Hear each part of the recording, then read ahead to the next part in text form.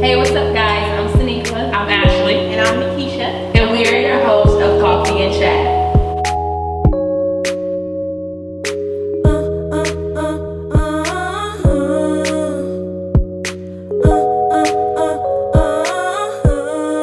Coffee and Chat. Hello, all our viewers. Please, if you haven't already, go down and subscribe to our channel. Okay, we need you to subscribe. Big. Subscribe. With the bacon and with the bag. Oh. Today, ladies, we're going to talk to you guys about relationships, actually godly relationships and godly courting.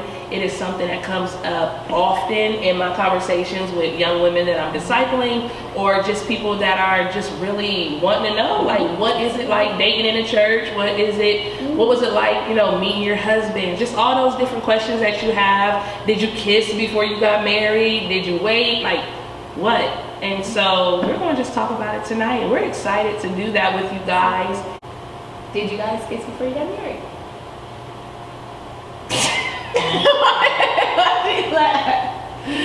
I wasn't ready for that question. I tried not to.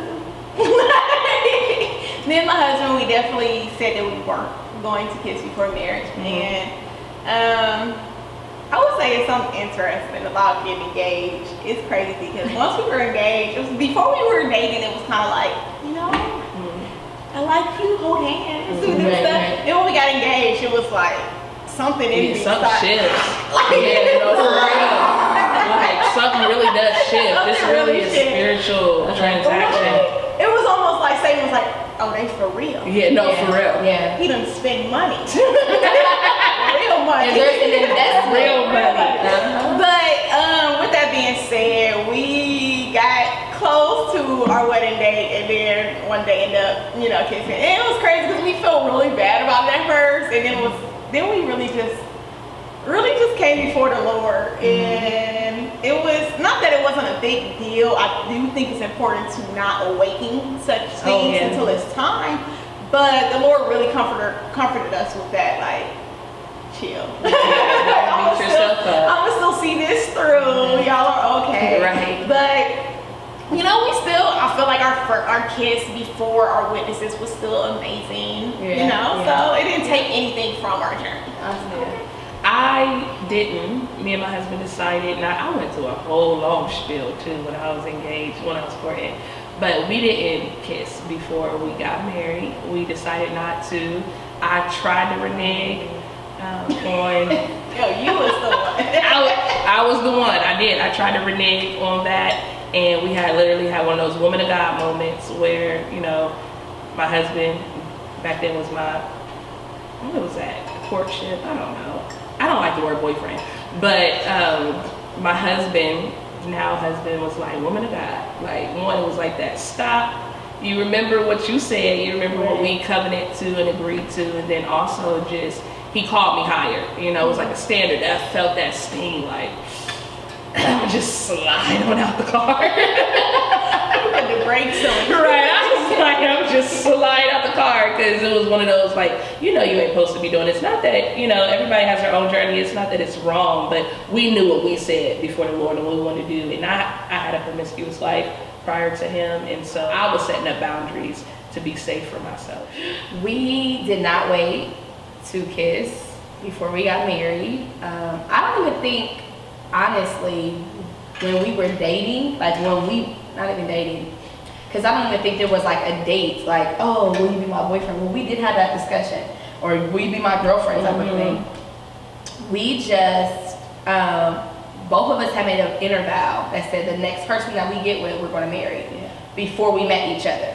So once we met and we would spend all time outside, like with other people. The time we got like just spent time together and we kissed, I was like, whoa, sir.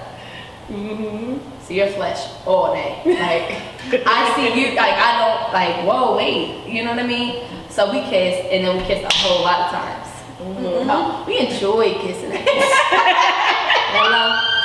We did. We had they don't want to be real. I wasn't a kissing type person though. Like, really? I look, help me. But I didn't like the whole tongue and all that. That's just not my thing, for real, even now. But it's just not, like, I still get a little, I love my husband, but it's just like, hey, we can do it. But even in the world, I didn't like that. So, I like to kiss even in the world. So. yeah. Anywho, Ashley actually used to call me the kissing bandit. Yeah. So what about just dating, like, is there, because as I talked about, like, I didn't like the term girlfriend, boyfriend. Me and Jared, me and my husband never called each other's girlfriend or boyfriend. I just thought once you get to a certain age, like, out. We also made the decision, like, the next person I was going to date, I was marrying. I didn't even want to be married, first of all. So what do you guys feel about, like, the whole dating process? Like, is there, like, we kind of official, then we go into courtship, and then we get married, or like what is the process? What does that look like? First off, I think both parties have to have this discussion of what are your intentions, like what, you know what I mean? Like when you realize, yo, this is not for play. Like I'm not really trying to live that life anymore. What is going to be the conversation has to happen of what we are and where we want to move to. What are you looking for? Like you have to communicate your needs, your wants, your desires up front, because a lot of times people aren't being honest about what it is that they really want. Or sometimes they don't know what they want. And that's the truth too. You ain't lying about that. That's real. Some people don't really know. But we talked about it. Yes, we kissed. Yes, we did. However, let me take y'all all the way back. Ty and I, when we met, our first night, our first time talking on the phone, first time we talked on the phone, and he sought after my phone number and all that type of stuff. Because I was like, I'm past giving it out. I'm past that stage. Past that, sir. He reached out to a mutual friend and was like, what's up? Well, girl, I'm not trying to find, I don't want a girlfriend or nothing, but it's just refreshing to talk to a woman of God who is serious about her relationship with God. So I'm like, I felt the same way. Well, our first 10 days, our first night on the phone, actually, he called me right on high. Like, if we're going to be communicating like this, we need to get in here and just get word. Okay? And I was like, sure, I'm with that. The first time he prayed that night, he was like, I'm going to go ahead and cover some prayer before I got the phone. When I tell you, I cried like a baby. When I went to sleep and I woke back up, do you know this man was still praying? I'm telling you, every nation, every tribe, he was calling stuff forth. I was like, what is going on? What man are you? What is going on? I was really tripped out. Probably the next 10 days, we went on a 10-day fast. And every time we got together, we was cracking the word open. Every time we spoke. So much so, I was like, all right, God, is this all this about to be? Boring. Really? I love you, and I'm down for reading and praying and fasting. But can we go to Rooms? Can we go get a cup of ice cream or something? And then finally after that, he asked me out on a date just to get some ice cream. Interestingly enough, we have a very funny situation where intentions they had to be made, basically. Me and my husband knew each other prior to, of course we knew each other, but we were friends prior to becoming in a relationship. So we met right after I was coming to Jesus. So I was still a little ratchet when we first met. I tell the truth, shame the devil. I'm gonna be real about it. My husband tell in his story of us meeting, he lets people know that he was at a place of coming to a full, real, intentional relationship with God, a real lay it down. And he's always served the Lord, but it was like a no, I surrender all type moment. So with that being said, there was still some sanctification, and he makes it known that my crop top that I had on in the gym, that it was appealing. So that's not funny, but it's it's the truth. It's how it happened. I thought I was doing something for Jesus, but Profit for Jesus. Yeah, so ways to go. So further down the story, we're going to the same church at this point, and we're close friends. He used to pick me up to go to church, different stuff like that. We never really thought much about each other. He said he liked me initially. I really didn't like him because, like I said, I was coming out the world, so I still had this very grungy hood dude mentality. And my husband is very just like, if you see him, he's intellectual. He's very like just put Come on, together. talk about him, because Malachi is put together. He's very put together, and it's amazing. Now I'm like, that's what drew me to you. I knew you was gonna be the man. You know?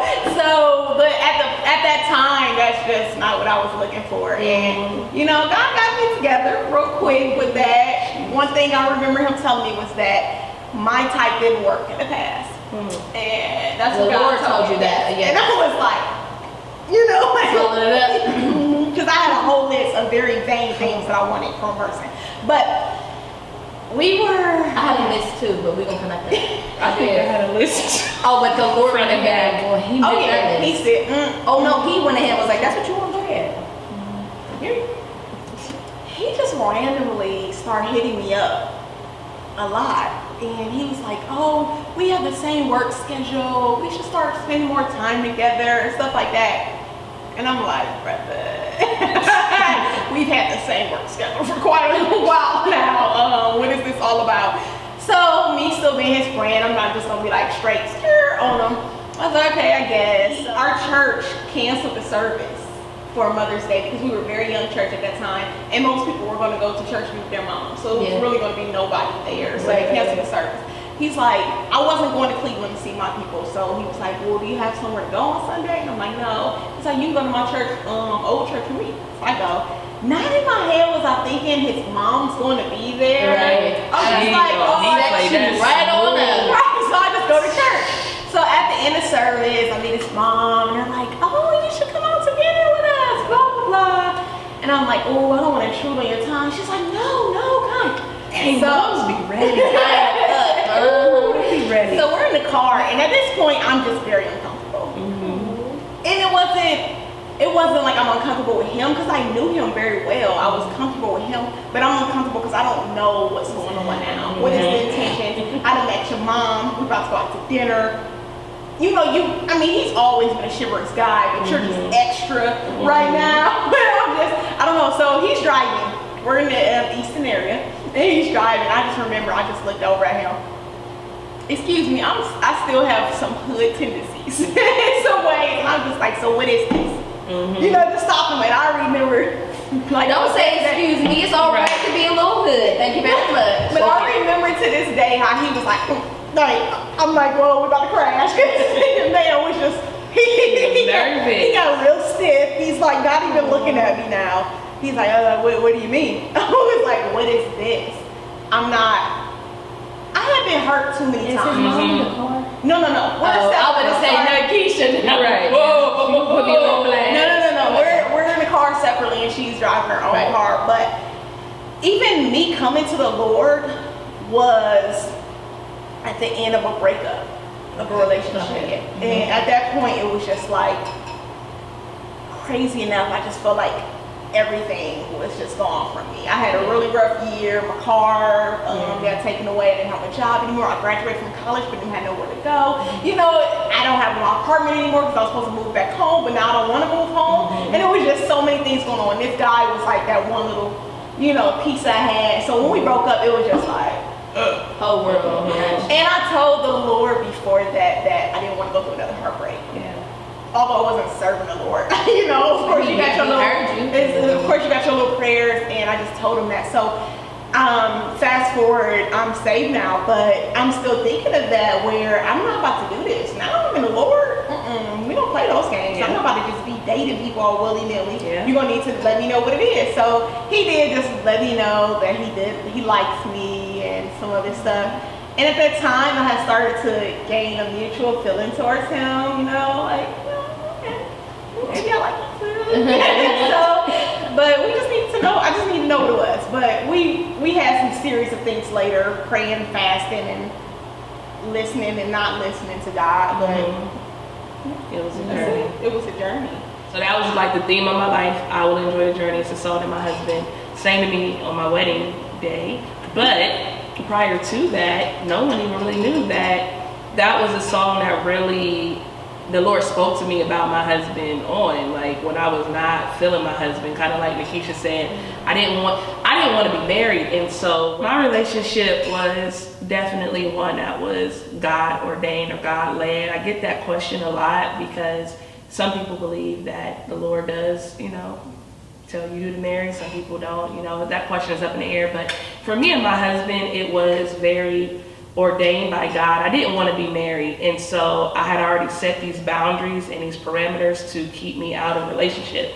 And because I had a very promiscuous life, and because I just had a lot of partners, and I had a lot of just relationships that tore me up. And so when I really came to the Lord, I really got delivered from just that lifestyle of promiscuity, homosexuality. I just wanted to be me and the Lord. And I really held my relationship with the Lord really sacred. Like I was into Jesus, and not like Jesus my boyfriend type thing, like, you know what I'm saying? But like I really loved the Lord, and I was getting to know him on an intimate level. And so I had made this vow to him when I was 27, and I was just basically was like, I don't want to date anybody for the rest of my 20s. I'm going to give you my 20s. I was really ready to give them all of me. I had plans of being a eunuch, and when I was younger, I wanted to have children. I had even given that dream up, and just all of that, and so it was just one of those, I don't know, maybe I was being too deep, but the Lord literally, he met me there. And so, but a year and a half into my vow, the Lord had told me it was his desire for me to be married. And I remember I cried like a baby. Literally, I went to one of my spiritual mothers at the time, and I told her, I ran out the church and was like, Jesus said he wants me to be married. And she was like, that's awesome. And I was so mad. And literally, I was so mad. But then I went to one of my good friends at the time and told her the same thing. And they were both really excited and encouraged at the same time. Like, because one of my friends, she wanted to be married, even though I didn't want to be married. She wanted to be married, but I didn't feel like I was going to have the capacity to love a man. I just was like, I don't think I could do this again. I've put my heart out so many times. I'm not really ready. I don't want to do it. So I didn't think I had the capacity to love. And then when you think about marriage, think about children. And so I was just like, I don't think I'm going to be able to love a man and a kid. You know what I'm saying? And also, I felt like when the Lord told me that, I felt like he was breaking up with me for real. I was like, dang, like I thought we was doing this thing, And so when all of that happened, I remember my spiritual mother was just basically telling me, like, Ashley, your heart's going to expand. Your heart doesn't close in when you get into a relationship or you get married, you have children. It begins to expand. And so you're going to actually have the capacity to love, and you're going to love even deeper, and you're going to love more. And so that made me okay, where I was like, all right, I'll submit to God's will. And so he highlighted my husband, and in this time, he highlighted my husband, and I did a project for him. I did a video project for him because he's a singer, and he was. I got a lot of our church family together. They helped me out with this video, and the last day of the shoot, my husband, I don't know what to say because he's my husband now, but he wasn't my husband then. So I had to drop him off at home, and that was we didn't know each other. It was our first real conversation, and I felt the Holy Spirit come in the car. And I remember I was like, oh, this dude finna like me. It's like, he finna like me. And so I got him out the car real quick. And the whole drive home, I was just like paranoid. I was annoyed, like, oh my God, he's gonna like me. Oh, I cannot let him like me. Women, we're very mental. And like, you can meet somebody and you can have your whole last name. You can have all your kids, all this in your head, and all you said was hello. So I didn't want to go through that because I knew that was literally you know, the cycle that we go through as women sometimes, like somebody like you like write your last name, you know, that different. I intentionally did not write. The first time I wrote Saniqua Johnson was literally when I signed my marriage certificate. You know what I mean? I was like, Ashley Grant, Ashley Grant. First of all, because G, that was the worst letter, first of all, because I did not write good G's. And so I'm like, if I'm gonna be married to him, my G gotta be banging. she practicing. I was 28. I was too old for that. No, But I wrote too many No, I think I was Saniqua like last names that just 29. I'm But not yeah, doing I was that. like, the G, you know, I guess that's still my kid at heart. I don't know, that's cute stuff that women do. But anyway, yes. And so I did that, but I didn't do that while I was running away from him.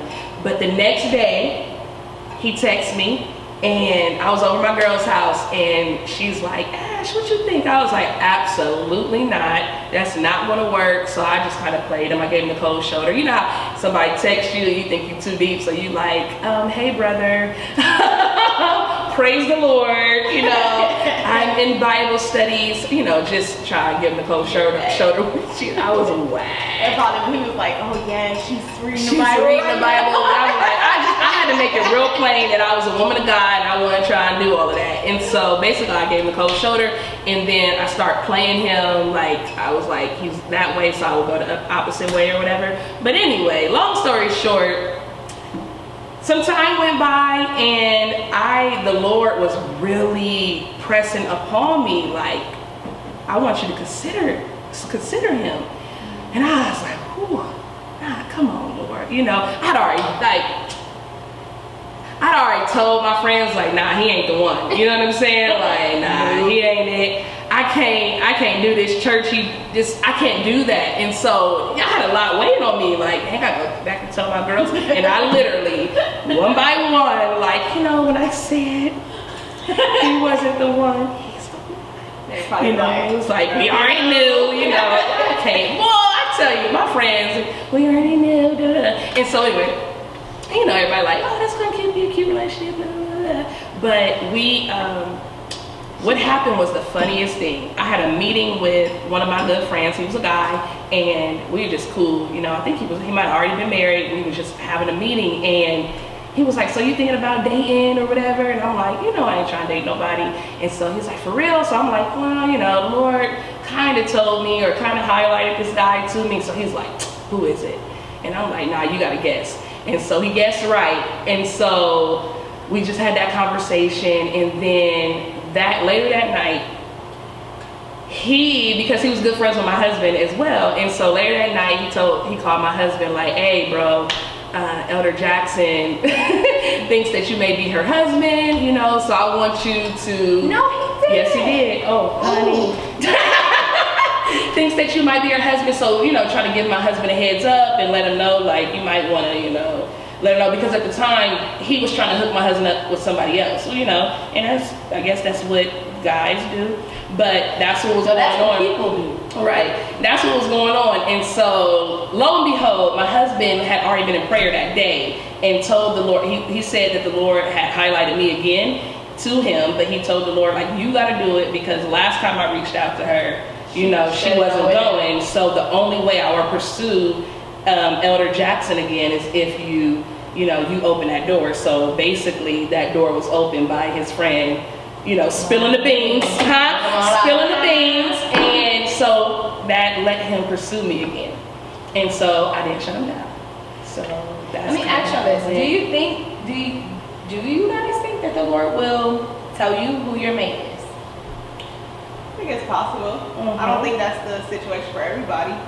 You know, okay, let me say this. I do believe that if you're with somebody that the Lord doesn't want you to be with, he's going to make that very clear. Mm-hmm. And if you end up married to them, you were just being disobedient. I'm just going to say that. I do believe that. But if I'm saying that God just handpicks people for each other, I can't say I necessarily believe that. I do believe there's a choice in there. Mm-hmm. You know, at the end of the day, it needs to be a holy covenant. I think I differ a little bit. I agree with the Lord, and if there was something wrong, the Holy Spirit is in you, so you will know. Right. Like, retreat if it's not the person. But at the same time, I feel like God, he's a father. And so when I think about even me and my husband, like if my dad, you know what I'm saying? Like there was something cool about him going to my dad and asking, and my dad giving him the go ahead, you know, like, yeah, I think that's the one, Ash, you know? And I feel like God as a father is like that, you know? I think he is like, well, I like this person, you know, and because that's kind of how it happened. I mean, he hired my husband, but I didn't have a choice. I could have said yes or I could have said no, but I chose to go with the direction that the Lord chose for me or highlighted for me, because he ain't gonna make no mistakes. And I know I can make the mistakes. And so I feel like he does not choose, he gives you the choice to choose, but he does have an opinion about it. And there's biblical references for that too, but for me and I feel like it's about proximity. Like if you're in close proximity to the Lord, if you're, you know, in constant communication, you're going to hear him say, yeah, you know, because it's a relationship. It's not this, you know, whatever people think, like God the judge and him just telling you what to do. It's actually a mutual relationship, and just like kicking it with your dad or your friends, like, yeah, what you think? Or I was like, I don't think I ever said, Dad, what you think about this one, but it was just him like, so, and laying it out there, and allowed me to give him the yeses and the nos and the scrutinizing, and he got me together with my husband now. Like, first, this is my son, and when you're going to honor him, and those things are real. And that was a father, like, yeah, you're my daughter, but this is my son. And so I feel like God he has a say so. In my situation, when I think people say, like, does God tell you who to be with or this, it's like I got that, woke up one day, Malachi Mustafa in my head. You know, it wasn't until Malachi was pursuing me that I started having that conversation with God. And God kind of like, you know, reassured me and let me know that, you know, that this was a good man, you know, that he delighted in him, you know, and he was okay with that. So that's what I mean by that, because I think some people, I guess in my head, when I would hear people ask that, I think they think like I literally woke up with that man's name and happened to meet him. You know what I'm saying? Yeah. And the Lord is like, just this is who it is. Right. Like, which you for know, some a people, confidential actually, file. Yeah. It might happen for some people, but that wasn't my A confidential. Right. I'm gonna slide this to you real quick, Kiki. And you're gonna see that picture, and that's who it is. Right. What type of Lord? You know what I'm saying? Like, I mean, but they're even thinking, like, you know, there were women at the well that, you know, the Lord was like, go find your wife. Yeah. She's gonna be. However, I will say this: I have had so many.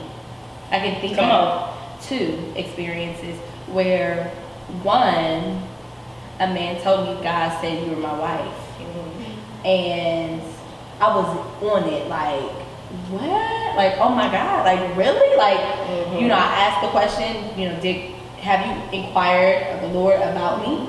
And he was like, yeah, like, well, I did, and the Lord said that you were my wife. And I didn't marry him, let's just say that. However, later on he reneged on it and was like, God didn't, you know, he wouldn't come out and say God, he lied on God. But he said that the Lord changed his mind. I'm like, my daddy is not a daddy of confusion. He doesn't, that's not okay. But literally, that was... was that actually what came out of his mouth? No, I'm dead serious. Okay, that's interesting. Can you confirm? Yes, ma'am. She's serious. I'm so serious. So I have a question about that. How do you feel about him saying that God confirmed with him that you were the one, but yet God didn't confirm it with you? Here's the thing: is that I didn't ask. I'm gonna be real. He was asking the He was asking the question. So it's okay. You know what I mean? I didn't ask.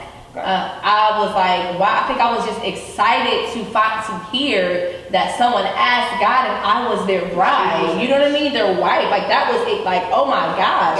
And everywhere we went, he didn't have a problem expressing that to his family. This is my wife.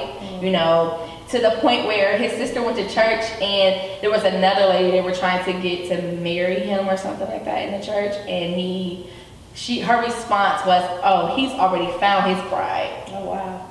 So it was a conversation that was happening. The second time, not the first time it happened, he didn't directly say like, you're my wife. We never dated. I know this sounds so crazy. We never dated. It was never my official like boyfriend. I know that sounds so crazy, but there was definitely a spiritual connection that we had with one another. And one day he went to church, and while he was at church, you know, like there's prophets and stuff like that come and speak, and the prophet called him up and was like, you know exactly who she is. You know who your wife is. Like God showed you who she is, and you are playing games. Like, what's the problem? Like, why? What is the issue? You know what I mean? But he had his mother told him, and she told me like he has an issue with women. So he never said anything to me. Actually, a friend of mine was in that service and came and told me like, girl, you ain't gonna believe what happened. Guys, be real. Girl, he got called out and told like, you know, basically put me like, be expecting a phone call. I can't. Phone call never came. Not that one. However, once my husband and I were official, and we were in marriage counseling. Y'all don't know nothing about how he went to the counselor. He had gotten married to another woman. Okay. He married somebody totally different. Okay. And he was then getting a divorce. Right. He was going through a divorce. Well, him and my husband, he wasn't my husband at the time, we were dating, they were in the locker room, like they were working out, and then they both were in the locker room at the same time. And I came up in conversation, like, so, what's up? Oh, you Like, was a locker room combo. So they knew each other prior to Yes, they Okay. knew each other prior to. And the guy told my husband, like, I mean, basically, like, she a good girl, and I hope you do right by her, type of thing. You know, and I was like, okay, yeah. Like when he's telling me the conversation, I'm like, yeah, I'm a good girl, whatever, dude. Like, you're frying it. Nevertheless, my husband sent him to our counselor to try to salvage their marriage. Like, you know, work it out, bro. You can work it out. You can make it happen. You know, offer prayer and all that. Like, you know, I'm here as a brother in Christ to you. He went to the counselor and told the counselor, actually, Sneak was my wife. Oh, yes, ma'am. Yes. Yes, he did. Was his wife with him? No. Oh, Jesus. No, for real. He told the counselor that I was his wife, and she said, well, why didn't you marry her? And he said, disobedience. Right? Friday, all the way. So he tells the counselor to contact me and express to me what he said. Yes, she was like, so did you know? I was like, well, see, here you go. Go all the way back. Let's go back 10 years. Because you fried it now. Oh, we got a nice long gap. Yeah, I'm not to be your second wife. Right. That's not gonna, I'm sorry, sir. No, thank you. I won't be. Sir, you had an opportunity. It's not like you didn't know me and we didn't like, you know, we never dated. We were just really, really close, like extremely close. However, you chose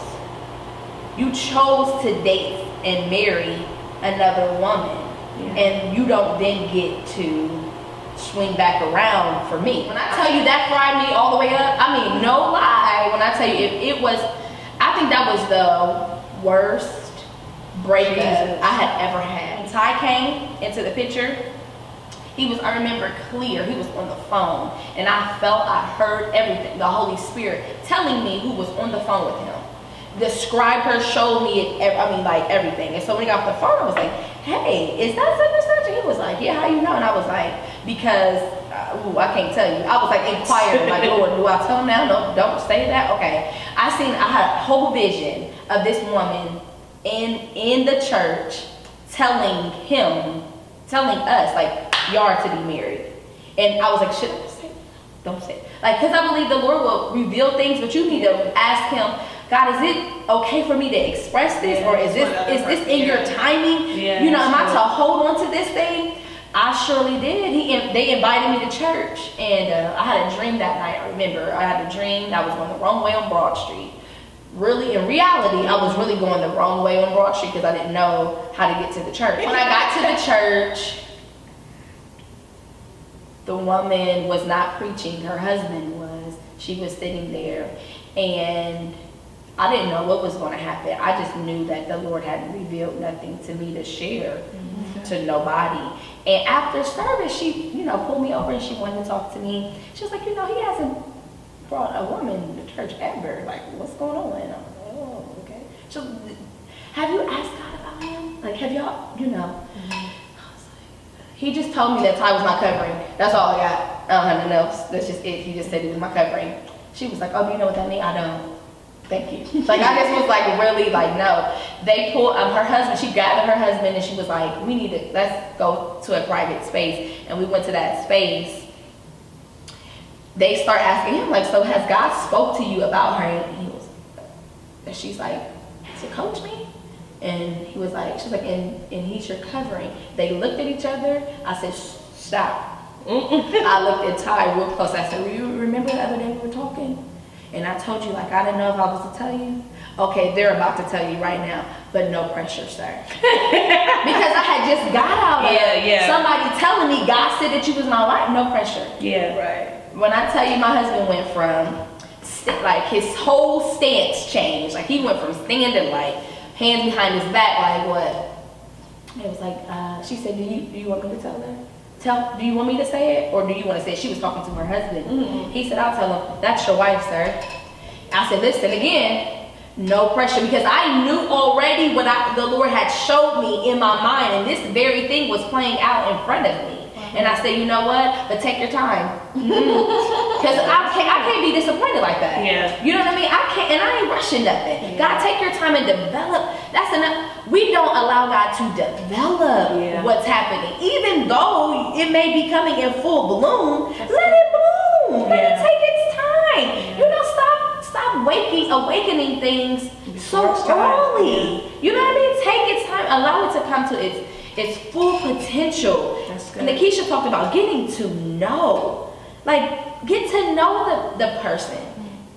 We ain't even here yet, but once you get to know them, then you're committed not to the person. You're committed to your covenant. People, they don't talk about that. Yeah. Because, baby, let me tell you, we got married and then I was like, who are you? Yeah, no, seriously. Sir, who art thou? Like, Yeah, you have to say yes before the yes. That's the thing with the church a lot of times, and I love the church, don't get me wrong, but I feel like us as women being able to be fully, and men, fully who we are in God, knowing who we are in God, going with God in our potential, being okay with getting just different things uprooted and thrown out and pruned, and so he can prune the good things, pluck out the bad things, because there's going to come a time after the yes that you have to be okay with. I know there's one thing I could just say this. There was one thing, we took marriage counseling as well, and it's with our now pastors, because we didn't have marriage counseling at our church, but with the pastors who are now, there's two things I took away. One thing my pastor's wife said was, you are anointed for each other's mess. hello.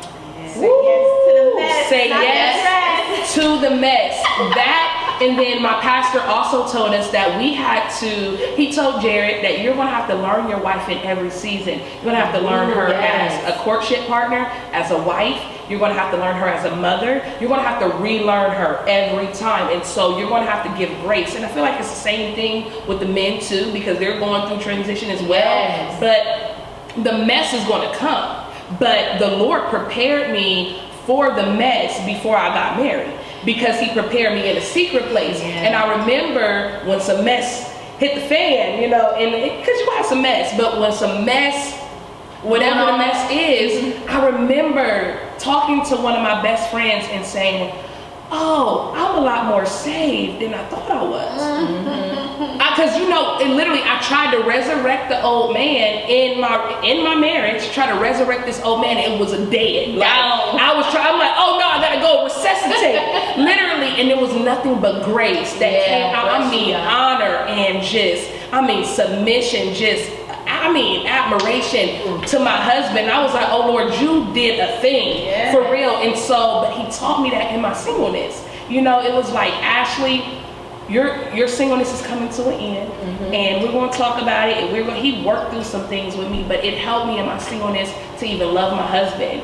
You know, I didn't have to have all these huge conversations with everybody, invite everybody in. We had a good community, and we talked about things, and the Lord highlighted things where I was weak, and he highlighted when I was strong. But I feel like we need that as women when we go into relationship, to know who we are and who God is in us, and are we willing to stand after the yes? Because there's some things you don't even, that's the thing about dating people, because I've been in preacher state, that's like literally, you don't know until you say yes. There's some things you don't even go through in a courtship because you're not ready. It literally takes the covenant, the consummation of the marriage, for God to even reveal what's beneath the surface of you and your husband. And because you're not ready, because you will walk away. If this is the Lord, the one that God said, this is your husband, and this who I'm giving my stamp of approval, if he showed you those ugly parts, Steve, you talked about invulnerability. He showed you those ugly parts before I do, you'll be like, I don't, I'm out. Matter of fact, just to keep it all the way real, I was married all of 2 days. Well, I was married all 2 days. Ashley will attest. I was like, hey, no sir. Like, how do I annul this thing? Because no. Like, what did I do? I'm serious. I went ghost. Like, I shot the deuces. Like, I don't know. My dad, I went to my parents' home, and my dad looked at me, and he said, go home to your husband. Good daddy. No, not you can't stay. No, you can't stay here. You need your friends, and you need that daddy. You need them friends. Yes, my dad said, go home to your husband. And then he chuckled. When I tell you my dad laughed so hard, he laughed so hard. Like, go tell home to your husband. And he just gasped. It was like a real deep laugh, because at the end of the day, there are some things that you just don't know. And there's some things that they might not know is resting on the inside of them. And when it comes up, I figured like, hey, I need to get some white gloves or some boxing gloves. No, but the gloves need to come out. Gloves need to come out. Like, I've had those moments. Like, no, you go home to your husband. Like, we made this decision before we got married. There is no sleeping over your girlfriend's house because you mad. Or my mom, just as your dad, my mom was like, you don't ever sleep alone. And you won't be no sleeping on the couch. Y'all gonna work it out. You know, even in the midst, but you have to have those people around you, not that's just trying to tickle your fancy, like, oh, you cute, he cute, y'all get together, y'all both love God. No, it's the end of all of that, because it's time for us to really tell people the truth about what we are getting ourselves. Now, Grant, my husband is the bomb. Like, I love my husband. We go through things, and that man is a carrier of grace. I'd be like, I don't know where you got it from, but can I get a little bit sprinkle over here? Can you sprinkle it over here? Because, brother, can you fill it up with some grace and some mercy? Like, I love my husband. Does that mean we don't go through things? No, we go through things, but the way he fathers me, he husbands me, he knows how to be my brother and my husband in seasons. And you need to know how to do that, where, hey, I'm going to carry you in this season. I'm going to be that confidant. I'm going to talk to you, and you may not be this place yet, but I'm going to love you as a sister, and I'm going to love you as a brother. That's where in the Bible it talks about my sister, my spouse, my sister, my bride. There are seasons where you're going to have to be brother and sister. And you have to work some things out, because at the end of the day, that's what we're going to be when we go back to the Lord. And so those are things we don't talk about a lot of times. We just want to talk about, like Nikisha said, invulnerability, the sex thing. Sex it's inevitable, it's going to happen. So those are actually the surface things. But what about strutting through situations, circumstance?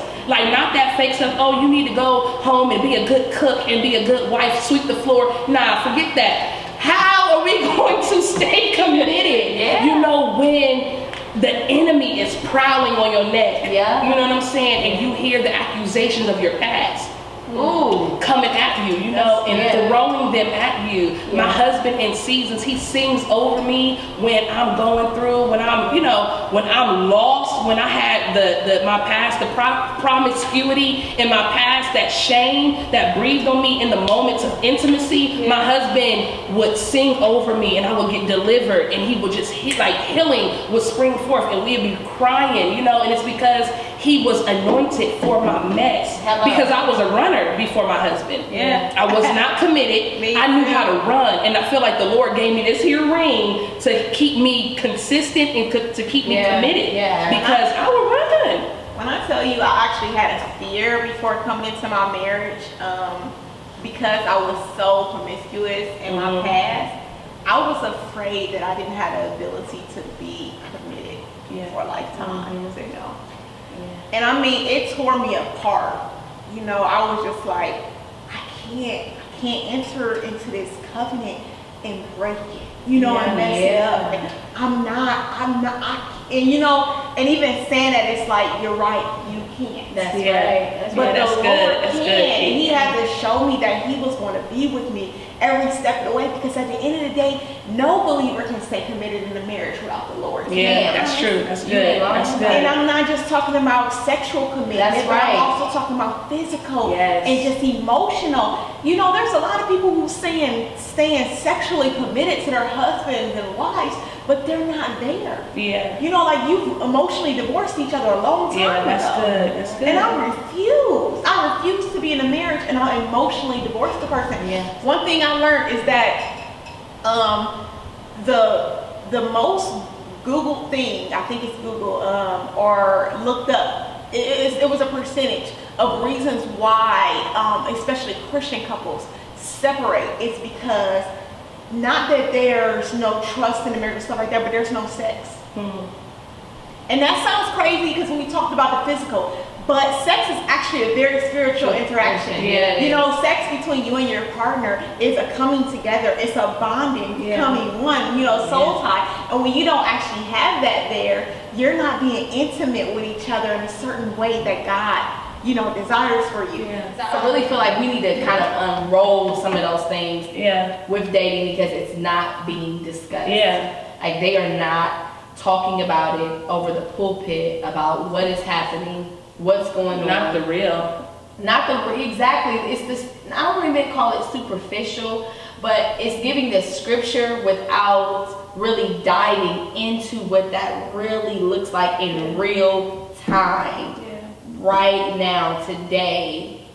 In the present, in 2018, with social media and everything that's going on, there's such a fake facade, this facade of everything is peachy all the time. You know what I mean? Like Facebook is giving this false representation of what relationships are, relationship goals. Yeah. You know what I mean? You have no clue. And you taking that right off of because y'all dressed alike. Exactly. I'm sorry. I'm I'm so sorry that your filter picture is about to be my relationship goal when you don't learn how to do life. Like those things that we were talking about, for your husband to love you and pursue you in every season of life, that's real. When you hate your own self and somebody's trying to adorn you with love, like I'm counting my stretch marks, and like even for me, my husband is like, you gaining weight does not, does not. You gaining weight does not make me love you less, when everybody else or people are like, you should lose some weight, or have you tried this diet plan, and your husband's at home like, I actually love you, like just the way that you are, because ain't on fleek anymore. when the snapback never came back, all you got is a snap and an attitude, because you about to snap, like, oh, so you about to, like, you got something to say? You about to say something about the way my dress is fitting? You shouldn't have. This is your fault. But no, for real, we don't talk about those things. Baby girl, you not gonna look the same way you did. You're not gonna look the way you did when you said I do. Right. You know what I'm saying? I know you want to. I know. But after a baby or two, I know you want to, but it's real. We need men of God that are fathered by God, that are fathered by men of God and not fathered by the world. And that's the same. They deserve women that have been nurtured by the Lord, you know, by mothers in the spirit. And you can't, BET can't raise you and social media can't raise you and you think you about to go into a godly marriage. You know what I'm saying? Where relationship goes. Where relationship goes, and you base it all off of social media. It ain't gonna, your bubble will get popped quick. I just want to tell you, be socially responsible. Yeah. Be socially responsible. We'll tap into that later, but be socially responsible because a lot of people are not being socially responsible. We have definitely talked a lot about relationships. I think we're going to turn this into a series, but if I can give you anything to take away, is to go with the Lord, go with grace. There is no closer place to be than with the Lord, like you being in relationship with Him first, allowing Him to heal you, allowing Him to go deep into your heart, even at least to the level that He can do in your singleness. Because when, like I was talking about the whole proximity thing, being close with the Lord, you can hear Him, He can hear you. And so in our singleness, it's a time where we are undistracted. We don't have to be, texting and doing all of these things, trying to be in a relationship when we really need to pursue the relationship with the Lord and even hear Him and feel Him pursuing us. So I just want to encourage you guys with that. Absolutely. And I would say, if you've been broken or hurt, or people have told you previously, you share a similar story to me, that a man has told you, God said that you were my wife, and you all may be in relationship, take some time away to reflect on how He responds to you. I don't think we take enough time to kind of dissect outside of all of the feelings that we have and the googly feelings that are going on, and you're just so excited about the fact that somebody's pursuing you that you don't take time to really sit back and listen and hear how He's responding to you, how He responds to your hurt, how He responds to your fears, how He responds to your past, how He responds to your current pain.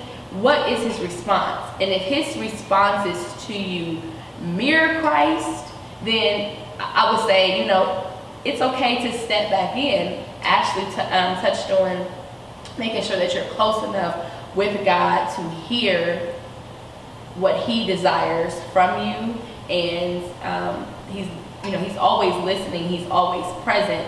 But take that time just to pay attention to how that man is responding to you, and also consult your community. Don't live with the what ifs or I should have or I could have. If you're single, singleness is a gift of its own. Yes, it is. Be full and content in that, and do what you can now in your singleness. And if you are married or if you're engaged and you're pursuing marriage, be okay and content in that. Don't look outside of your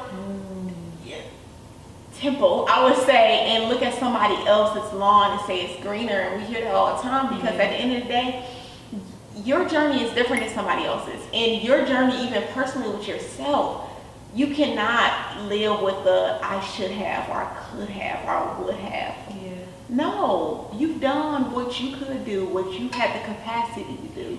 And now you have a different capacity. Now you have a different journey with somebody else. And how beautiful is that? And be okay with that. And I say that because I did struggle in some ways with that. I heard Ashley say that she didn't necessarily have that, my single friends are doing this. She had the fullness of her singleness. But I did struggle with that at times, of just feeling like, dang, man, I could be this place and I could have, but you didn't. But you and maybe you got to examine why didn't you? What's the Lord keeping you in that? Right, because maybe if you would have did it something, you probably wouldn't even be serving Him right now. Might not even be on earth. Let's talk about that. No, that's real. So that's really just what I want to fill your cup with, is that if you put trust in the Lord and believe that He guides you and that He sees you and that you are His and your whole life that He saw before you were even formed in your mother's womb, how can you live with this regret of what didn't take place? Because if God desired for it to take place, it's going to take place regardless if it was in your time or not.